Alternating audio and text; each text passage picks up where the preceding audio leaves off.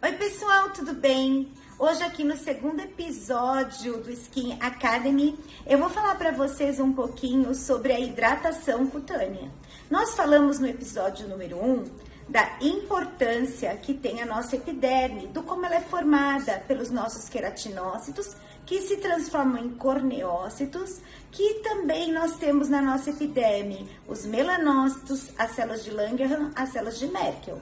E como que essa configuração, esse ecossistema formado pelos nossos corneócitos, formado pelos lipídios da camada lamelar, pelo nosso manto hidrolipídico, é tão importante para a manutenção do equilíbrio da nossa pele. Além do equilíbrio, esses fatores têm um grande papel, que é a proteção contra as agressões do meio ambiente. As agressões do meio ambiente podem causar no nosso tecido um fenômeno que é a desidratação.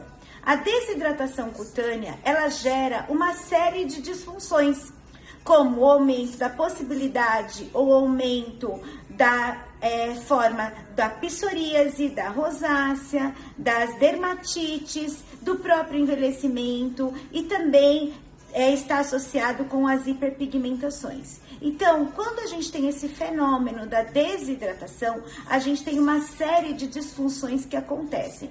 E por que acontece? Qual é um dos pontos que causam a desidratação? É quando a gente não tem uma configuração da nossa epiderme adequada, quando a gente não tem uma barreira cutânea adequada. E por que a gente não tem uma barreira cutânea adequada? Muitas vezes a gente não tem essa barreira porque a gente está fazendo um processo de aceleramento da mitose celular, tornando a nossa barreira mais fina. Quando nós estamos, por exemplo, utilizando um componente nos nossos produtos como ácido retinóico, ou quando nós estamos utilizando produtos com alfa-hidroxiácidos que modificam o nosso manto hidrolipídico, isso vai mudar o pH do nosso tecido, isso vai mudar o nosso ecossistema. Quando há essa mudança desse ecossistema, há uma mudança na nossa barreira, e com isso a gente tem um aumento da perda de água transepidérmica. Então, o aumento da perda de água de tecidos abaixo até da nossa derme, que é considerada a nossa reserva de água,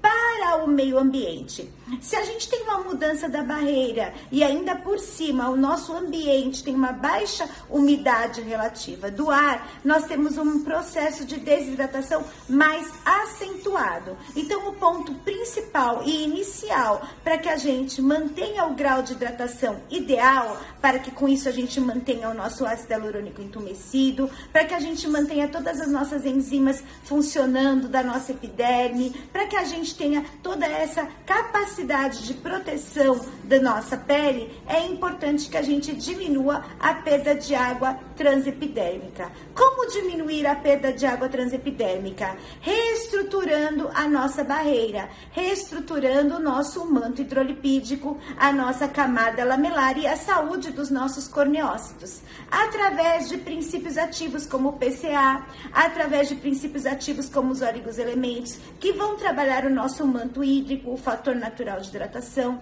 e também de princípios ativos que vão reestruturar a nossa barreira, a nossa camada lamelar, como os ômegas, as ceramidas, o colesterol. Esses são ativos importantes para que a gente mantenha o grau de hidratação e com isso diminua a perda de água transepidérmica. Lembrando sempre, pessoal, que a estética funcional começa aqui e termina aqui. Até o nosso próximo episódio.